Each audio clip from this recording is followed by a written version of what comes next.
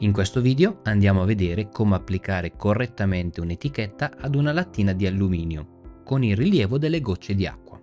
Alla fine del video vedrai due metodi per rifinire l'etichetta per rendere la tua immagine perfetta.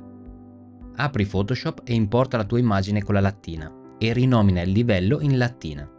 Poi crea un nuovo livello e incolla l'etichetta che vuoi applicare e rinominalo in etichetta. Una volta caricata l'etichetta, posizionala al centro, in modo da coprire tutta la lattina.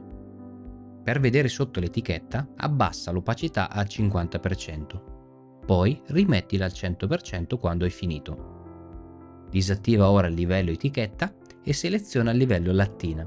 Poi seleziona lo strumento, seleziona oggetto e disegna un rettangolo sulla tua lattina. Una volta che l'intelligenza artificiale ha rilevato il tuo oggetto, verrà selezionato automaticamente.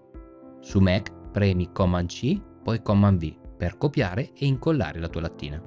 Ora avrai la tua lattina scontornata correttamente. Premi Command-J per duplicare il livello attuale, chiamato livello 1, rinomina il livello 1 in lattina 1 e il livello 1 copia in lattina 2. Trascina il livello lattina 2 sopra il livello etichetta, abilita il livello etichetta e premi Option per far apparire il quadrato con la freccia in basso per applicare il livello attuale al sottostante. Fai la stessa cosa per il livello etichetta.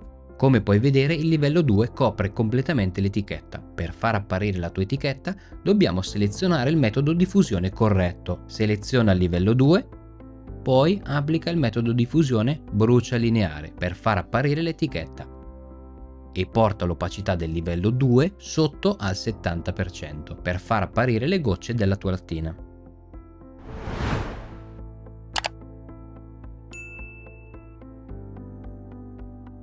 Ma non abbiamo ancora finito. Nella parte bassa della lattina dobbiamo sistemare l'etichetta. Seleziona lo strumento penna e inserisci due punti. Se non sai come usare la penna, tra poco vedrai un altro metodo più lungo ma più facile.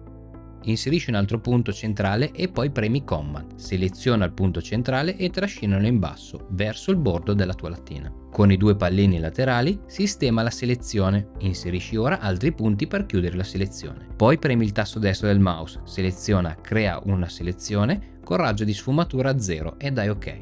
Seleziona la gomma e cancella la parte in eccesso dell'etichetta. Come puoi vedere, abbiamo applicato correttamente l'etichetta alla nostra lattina. Vediamo ora come rifinire l'etichetta senza usare la penna. Sposto leggermente l'etichetta verso l'alto e verso il basso per farti vedere come correggere le parti in eccesso.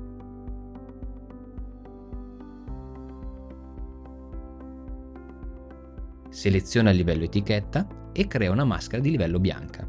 Poi prendi il pennello nero e inizia a pennellare la parte in eccesso.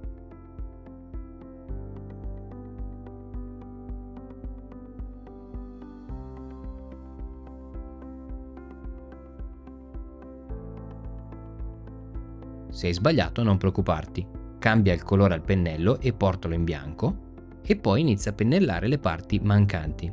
Così farai apparire la porzione di etichetta che hai eliminato per sbaglio. Fai la stessa cosa per la parte bassa. Nel riquadro qua sopra troverai una playlist con altri video di Photoshop. Se ti è piaciuto il video lascia un like e iscriviti al canale.